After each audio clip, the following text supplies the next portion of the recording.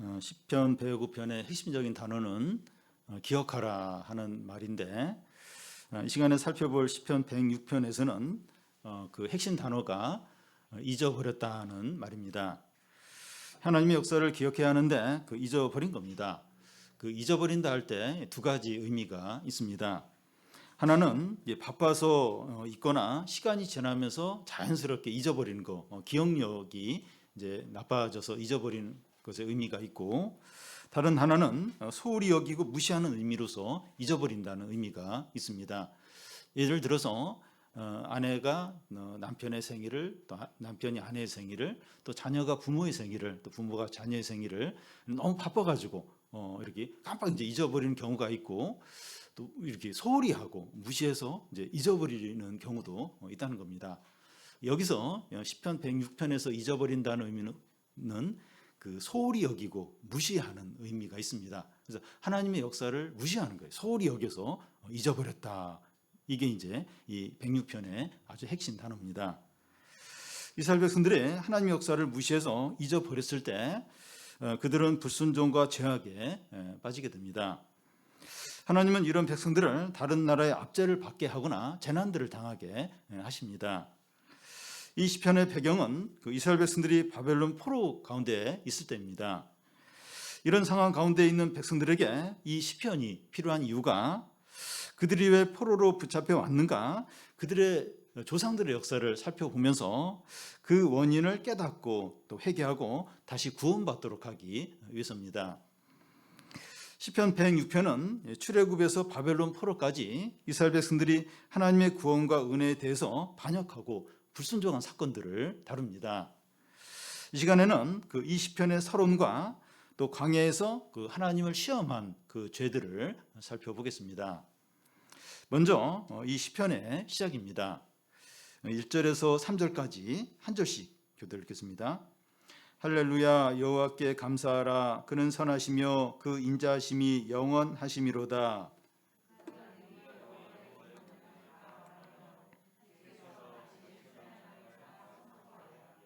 정의를 지키는 자들과 항상 공의를 행하는 자는 복이 있도다. 이 시편의 배경은 이스라엘 백성들이 포로 가운데 있을 때입니다. 지금 절망적이고 비참한 상황 가운데 있는데 할렐루야, 하나님을 찬양하라 하면서 시편을 시작하고 있습니다. 시편 기자는 바로 이어서 여호와께 감사하라. 그는 선하시고 그 인자하심이 영원하다 이렇게 합니다. 지금 상황적으로 보면 감사할 수가 없어요. 그리고 하나님이 선하시고 인자하심이 영원하다면 하나님은 우리가 포로로 잡혀가는 것을 왜 막아주시지 않았을까 하는 의문이 이제 들게 됩니다. 여러분, 우리는 생각보다 약해서 이 어려움이 생기거나 안 좋은 일이 일어나면 마음이 상하고 낙심하고 기쁨과 은혜를 잃어버리기가 쉽습니다. 그 전까지는 감사하고 찬양했더라도 갑자기 이렇게 어려움이 생기면 마음이 확 상하면서 이 찬양하는 걸 중단하게 됩니다. 우리 교우들의 부모님들 중에서 그 아프신 분들이 여러 분 계시는데 참 그 부모님을 생각하면 마음이 많이 아파요. 힘들어지고 너무나 이제 우울해집니다. 이런 상황에서 할렐루야, 하나님께 감사하라. 그는 선하시고 그의 인자하심이 영원하다. 이렇게 고백하는 게 쉽지가 않아요. 쉽지가 않습니다. 그런데 이 바른 믿음은 우리의 상황과 감정에 하나님을 제한시키지 않는 겁니다. 하나님을 이제 하나님으로 찬양하고 감사하는 거죠. 현재 우리가 많이 어렵고 힘들더라도 하나님은 선하시고 인자하심이 영원하다고 찬양하고 감사하는 겁니다. 다시 말해서 우리 상황과 기분에 따라서 하나님을 평가하는 것이 아니라 하나님은 하나님으로서 찬양하고 또 영광을 받으셔야 한다는 거죠. 우리가 이렇게 해야 하는 이유는 하나님은 너무나 광대하시기 때문입니다. 2절에 누가 능히 여호와의 권능을 다 말하며 주께서 받으실 찬양을 다 선포하랴. 이 하나님의 능력이 얼마나 크고 많은지 누가 다 말할 수 있느냐? 누가 주님께 합당한 찬양을 다 할 수 있느냐? 아무도 없다는 거예요. 주님의 능력에 대해서 다 말할 수 있는 사람도 없고 하나님을 또 하나님 합당하게 찬양할 수 있는 사람이 아무도 없다는 겁니다. 솔로몬은 이제 성전을 다 짓고 나서 여호와 하나님은 하늘의 하늘도 감당할 수 없는데 내가 지은 성전에 어떻게 거할 수 있느냐 하면서 이 여호와 하나님의 광대하심을 찬양했습니다. 요한은 요한복음 끝부분에 예수께서 행하신 일이 이제 요한복음에 이제 기록된 거 외에도 너무나 많은데 낱낱이 다 기록하면 이 세상에 그 기록할 책을 다 보관할 수도 없을 정도로 너무나도 많다고 그렇게 이제 했습니다. 여러분, 우리가 하나님의 능력과 사랑과 은혜와 지혜와 영광과 구원과 존귀에 대해서 아무리 많이 안다고 해도 너무나 조금 알고 있고, 이런 하나님을 아무리 찬양한다고 해도 너무나 조금 찬양한 것이 된다는 겁니다. 이 하나님의 선하심은 무한하고 인자하심은 영원합니다. 그래서 우리의 상황과 기분에 따라서 찬양을 하거나 침묵하거나 불평하면 안 된다는 겁니다. 막 좋을 때는 내가 지금 기분이 좋아요. 상황이 좋을 때는 막 찬양해요. 근데 상황이 어렵고 기분이 안 좋아요. 그러면 침묵하고 불평하고, 그러니까 상황에 따라서 기분에 따라서 그렇게 왔다 갔다 하면 안 된다는 겁니다. 근데 우리는 자꾸 그렇게 돼요. 우리 약하기 때문에. 근데 그건 옳지 않다는 겁니다. 우리는 하나님을 언제나 찬양하고 영광을 돌리고 감사해야 합니다. 우리가 이렇게 할 때 위로가 있어요. 기쁨이 있고 은혜가 있습니다. 어려움을 이길 수 있는 힘이 생겨요. 소망이 생깁니다. 그러니까 막 나는 힘든데 왜 내가 하나님을 찬양해야 돼? 왜 하나님께 감사해야 돼? 근데 그런 내 상황과 이 기분과 상관없이 막 하나님을 찬양하고 감사하면 그렇게 하면서 위로가 돼요. 위로. 그리고 은혜가 임합니다. 그리고 어려움을 이길 수 있는 힘이 생겨요. 힘이 생겨요. 그리고 기쁨이 이제 회복이 생깁니다. 그러니까 이게 그냥 일방적으로 그냥 찬양하고 그게 그래가지고 끝나는 게 아니에요. 왜냐하면 하나님 살아계신 분이기 때문에 우리가 이렇게 찬양을 하고 감사를 하면 또 하나님의 위로와 은혜가 우리에게 임하게 됩니다. 그래서 이런 상황에서 내가 무슨 찬양이야, 무슨 감사야, 그러면 계속 이제 우울한 거예요. 계속 어두운 거예요. 근데 내가 좀 이렇지만 하나님은 선하시고 인자하시고 하나님 광대하신 분이야. 이걸 인정하고 찬양하고 감사하면 위로가 있고 회복이 있고 기쁨이 있죠. 시편 기자는 하나님을 찬양하려고 한 후에 어떤 사람이 복된가 하는 것을 말합니다. 3절을 보면 정의를 지키는 자들과 항상 공의를 행하는 자가 복이 있다는 겁니다. 여기서 정의와 공의를 행한다고 하는 것은 6절에 보면 범죄하고 악을 행하는 것과 반대입니다. 미가서에 보면 하나님께서 기뻐하시는 것, 구하는 게 뭔가 하는 게 나오는데, 이 천천의 순양과 만만의 기름이 아니라 오직 정의를 행하고 인자를 사랑하며 겸손히 하나님과 함께하는, 이걸 하나님 기뻐한다, 하나님 구한다, 이렇게 합니다. 이 정의를 행한다고 하는 것은 하나님의 뜻대로 말씀에 순종하는 것을 가리킵니다. 여러분, 그 어떤 상황에 있든지 이 말씀대로 행하는 자가 복됩니다.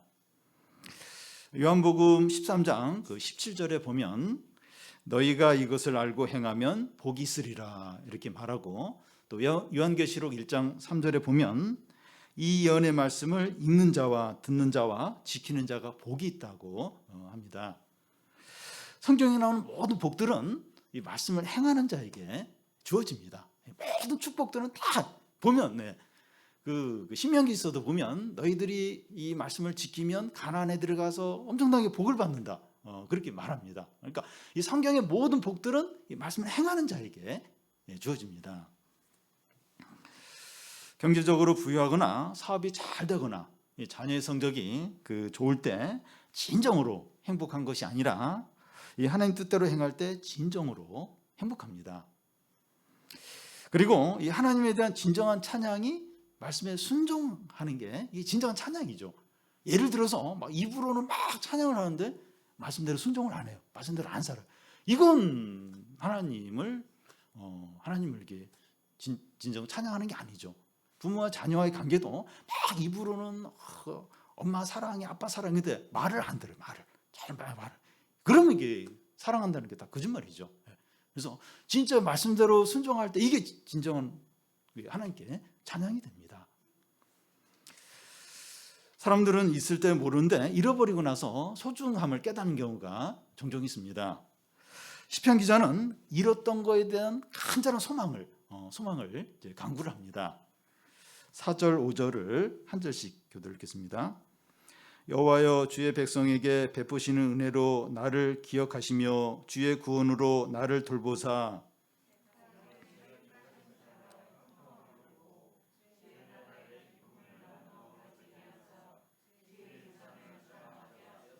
예. 시편 기자는 지금 바벨론 포로 상태에 있습니다. 그는 포로로 끌려오기 전에 하나님이 백성이 누렸던 이 은혜와 축복과 구원을 지금 누리지 못하고 있습니다. 그래서 그가 하나님께 간구하는 것은 하나님께서 주의 백성에게 다시 은혜를 베풀 때 자기에게도 은혜를 베풀어 주시고 주의 백성을 구원하실 때 자기도 구원해 달라는 겁니다. 시편 기자가 고백하는 것은 주가 돌보시는 양무리에 속해 있는 것보다 더 복된 게 없다는 거예요.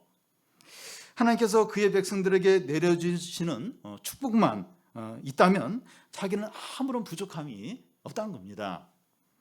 그런데 지금은 그런 축복을 못 누리고 있다는 거예요. 지금 바벨론 포로 가운데 있는데 그 주의 백성들이 누리는 축복을 지금은 못 누리고 있다는 거예요. 근데 그 축복만 주어진다면 자기는 부족함이 없다는 거예요.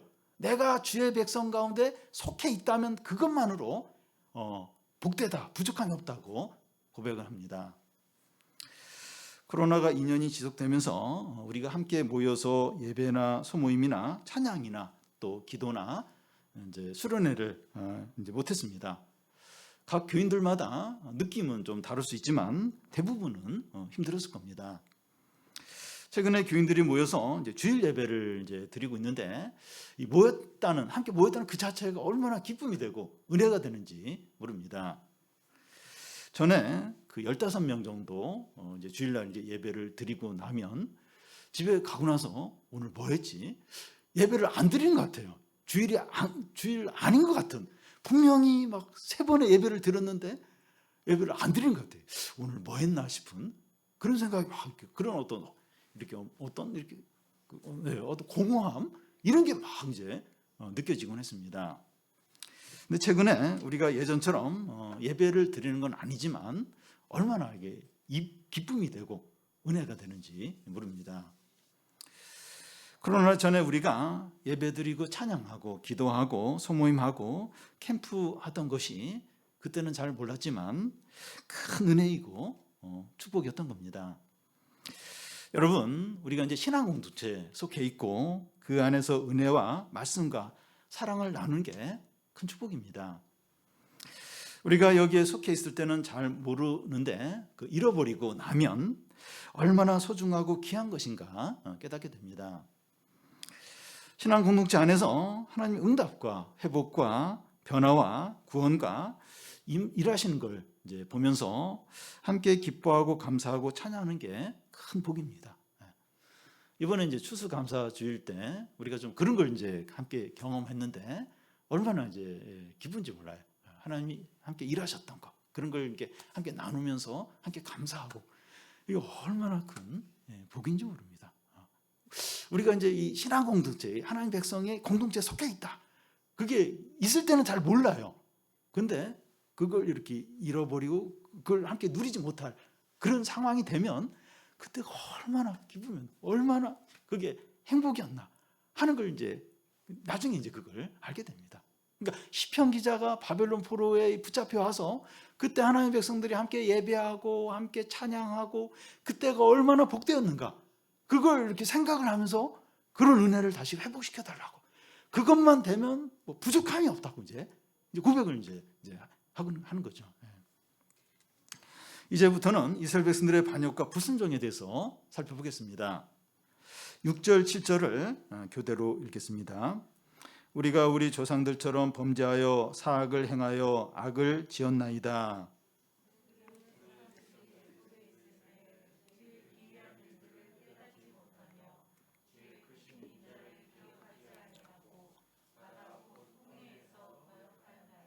네. 지금 이스라엘 백성이 바벨론 포로에 있는데 왜 그렇게 되었는지 원인을 말하고 있습니다.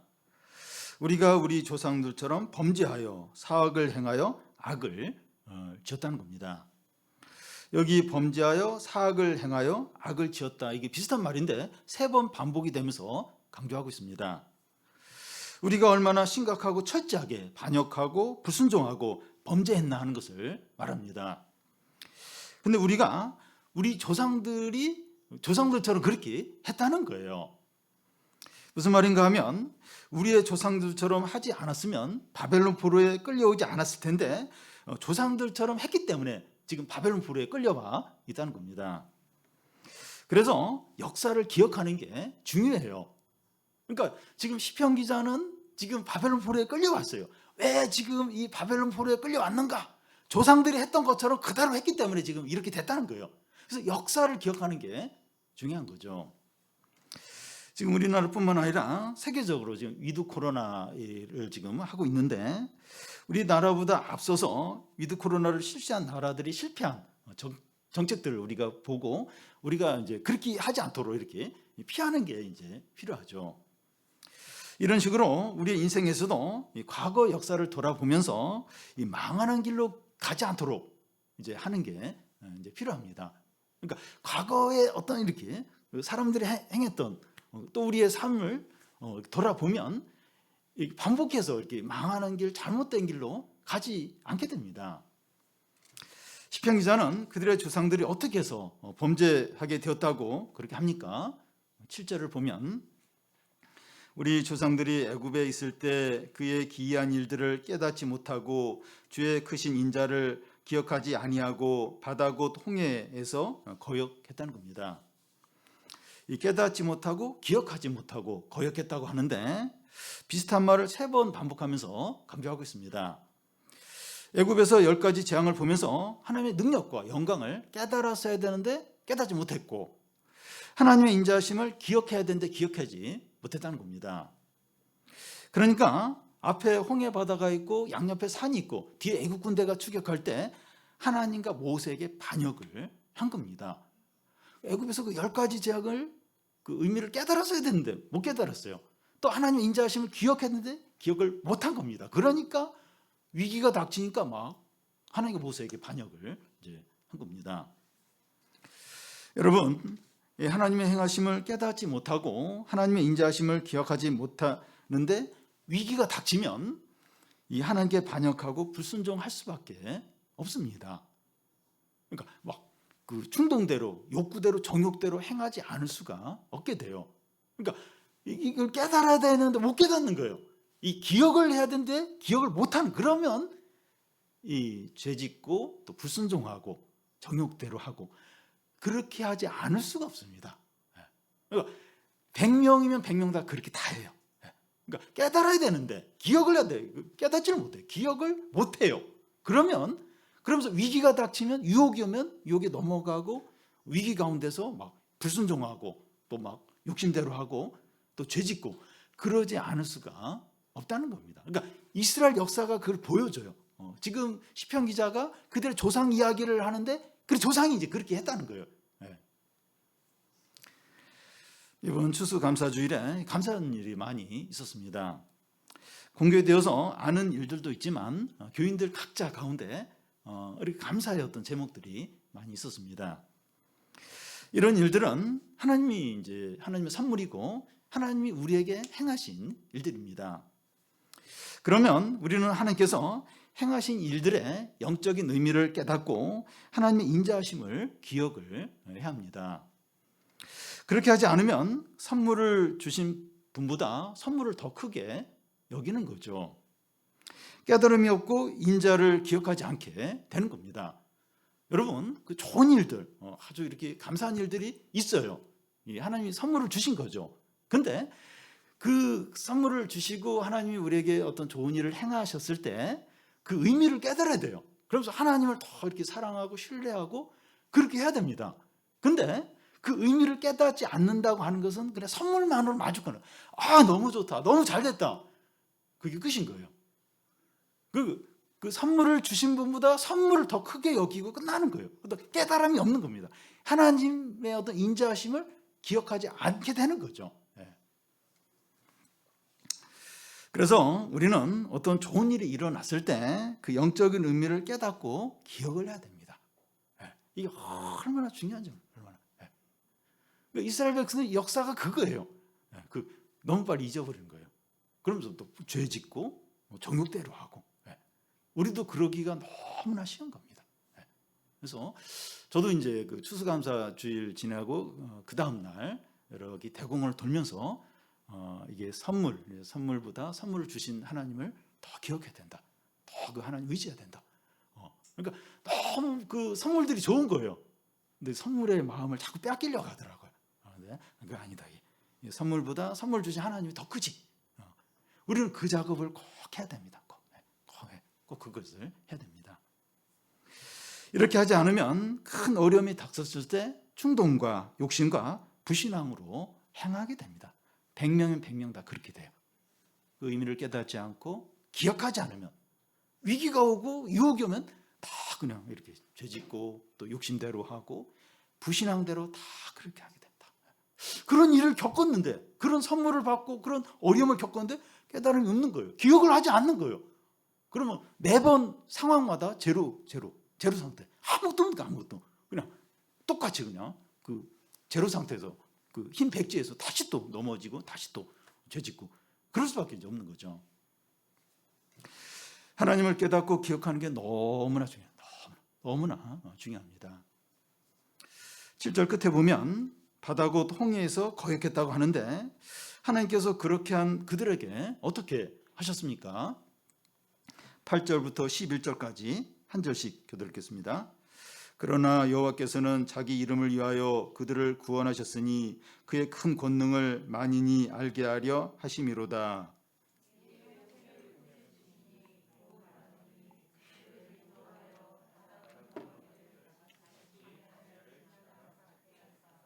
그들을 그 미워하는 자의 손에서 구원하시며 그 원수의 손에서 구원하셨고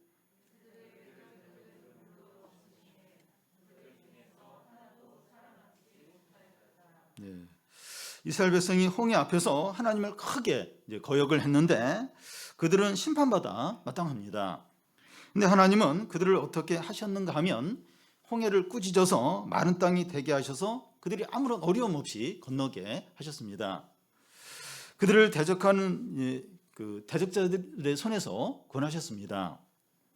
그때 애국 군대가 이스라엘 백성들을 잡기 위해서 이제 뒤따라 오게 되는데 하나님은 이제 갈라졌던 물이 다시 합쳐지게 해서 그들 중에 한 사람도 살아남지 못하도록 몰살을 시켰습니다. 하나님께서 그들의 조상들에게 이렇게 하신 이유가 뭡니까?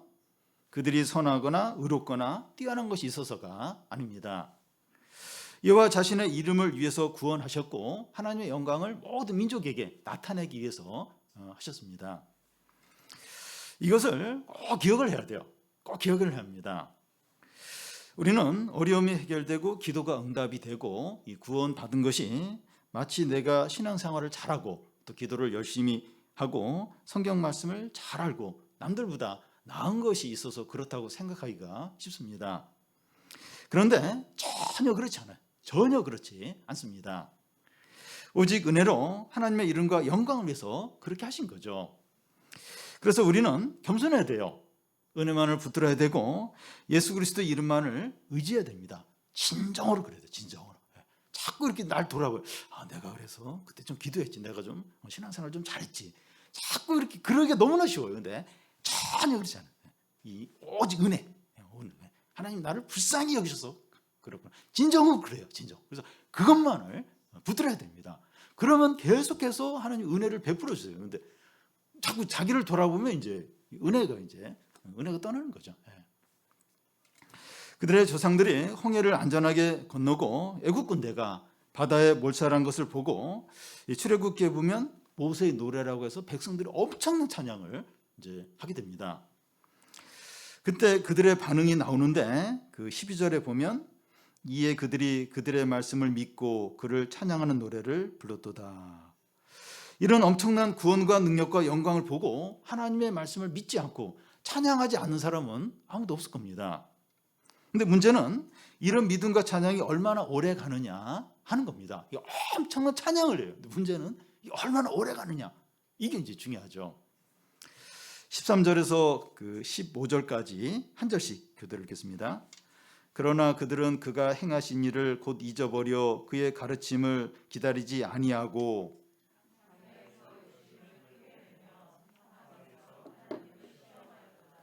그러므로 여호와께서는 그들이 요구한 것을 그들에게 주셨을지라도 그들의 영혼은 쇠약하게 하셨도다. 예. 그러나 그들은 하나님께서 행하신 일을 곧 잊어버리게 됩니다. 홍해에서 이제 사흘길을 가니까 마라라는 것이 나타나는데 거기 물이 없어요. 이제 마실 물이 없는 겁니다. 근데 물이 있긴 있는데 써서 마실 수가 없었습니다. 그러자 바로 백성들이 모세에게 원망을 했습니다. 그 홍해길을 이 홍해의 놀라운 기적을 경험하고 3일이 지나서 다 잊어버린 거예요. 그 얼마나 놀라운 기적입니까? 바다가 갈라지고 그 길을 건너고 쫓아오는 애국 군대는 몰살하고 그게 3일 전에 있었는데 다 잊어버린다. 물이 없으니까 바로 원망하고 바로 불신한 가운데 빠진 거예요. 3일. 그 엄청난 기적의 효과가 3일 딱 하고 3일 지나니까 싹 없어지고 싹 잊어버린 겁니다. 13절 중간을 보면 그의 가르침을 기다리지 않았다고 하는데 무슨 말인가 하면 물이 없으면 하나님께 이제 물을 마셔야 된다 하는데 그 물을 마셔야 되는데 물이 없습니다. 어떻게 해야 됩니까? 이렇게 얼마든지 이렇게 기도할 수 있습니다. 그러면서 이제 기다려야 되죠. 이제 기다려야 되는데 기다리지 못하고 바로 불평과 반역을 하는 겁니다.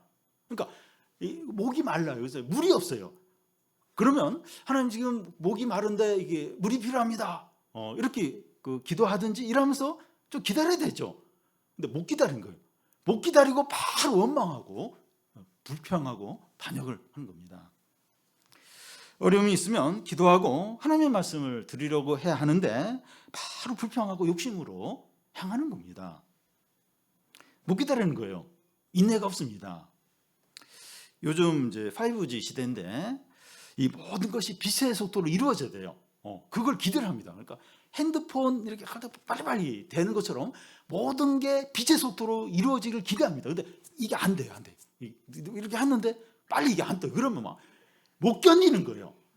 음식을 시켰는데 빛의 속도로 와야 되는데 안 오는 거예요. 그럼 막 전화해서 왜 이렇게 안 오냐고.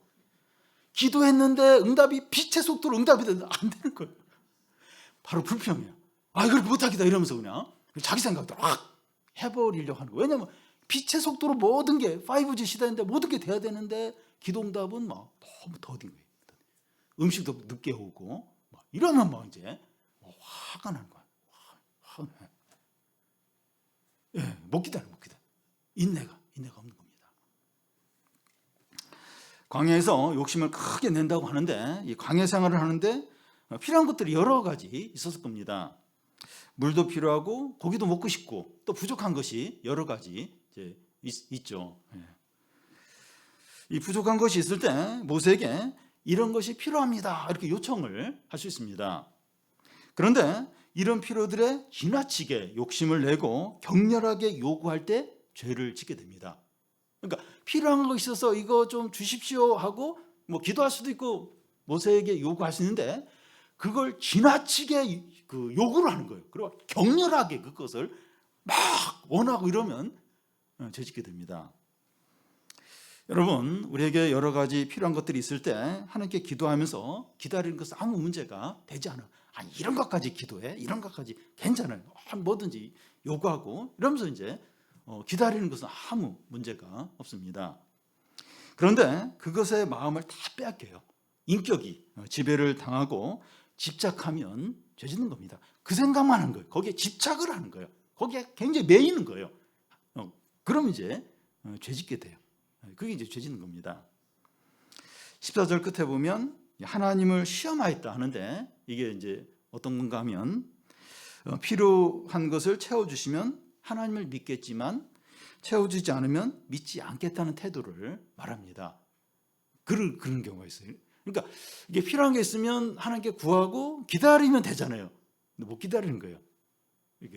이걸 이렇게 언제까지 이렇게 채워주면 내가 하나님 잘 믿겠다는 거예요. 신앙생활 잘하겠다. 근데 이거 언제까지 안 되면 나 안 믿겠다. 내 생각대로 하겠다.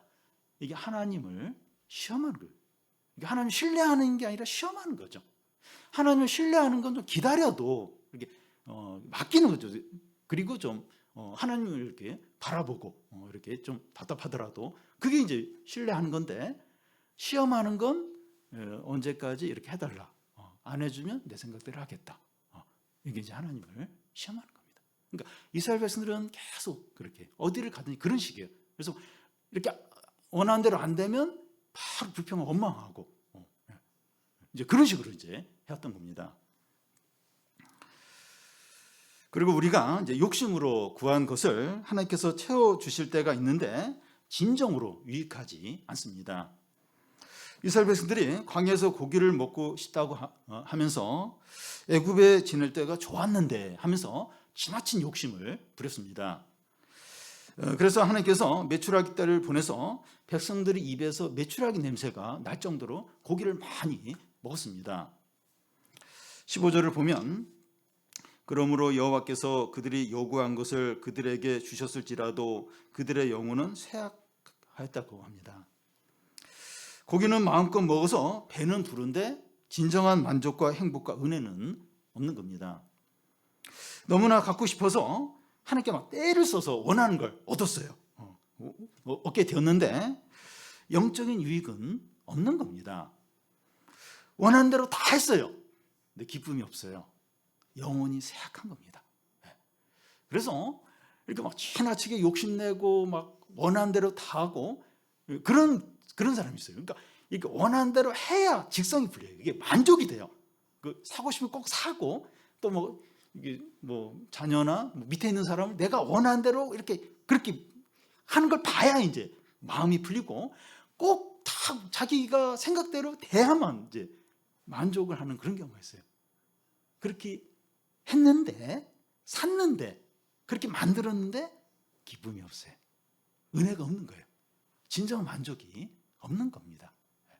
영혼이 쇠약해진 거예요. 속사람은 안 기쁜 겁니다.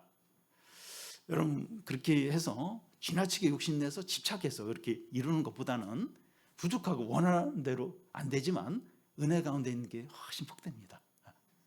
그러니까 진짜 막 욕심내서 막 원하는 대로 할 수도 있어요. 할 수도 있어. 근데 이러는데 은혜를 잃어버리지. 하나님 안 기뻐하시지. 그러면서 답답하지만 원하는 대로 안 됐어요. 좀 부족해요.